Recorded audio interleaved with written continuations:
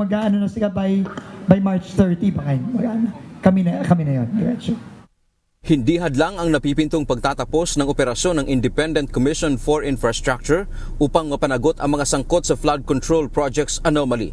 Ayon kay Public Works and Highways o DPWH Secretary Vince Dizon, patuloy ang kanilang paghahain ng reklamo sa mga matutuklasang sangkot sa mga maanomalyang proyekto ng pamahalaan.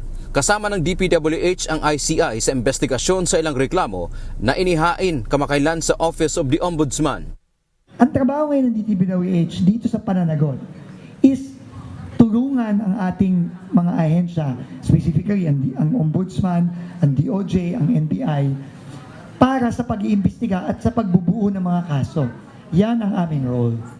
Kasama sa posibleng sampahan nila ng reklamo sa Office of the Ombudsman ang mga matutuklasang may kapabayaan kaya nangyari ang matinding pagbaha sa Cebu noong November 2025 kung saan marami ang namatay. Konti na lang, nagagather na lang ng iba pang dokumento. Pero yun, ipapasa na namin yon sa Ombudsman. I-refer namin. Sa kabuuan, kontento naman si Secretary Dizon sa itinakbo ng investigasyon at pangangalap ng ebidensya ng ICI. Samantala, inamin naman ni Dizon na hanggang ngayon ay mayroon pa ring korupsyon sa DPWH at lalo na, hindi naman ito kaagad-agad nawawala. Meron pa rin po ba?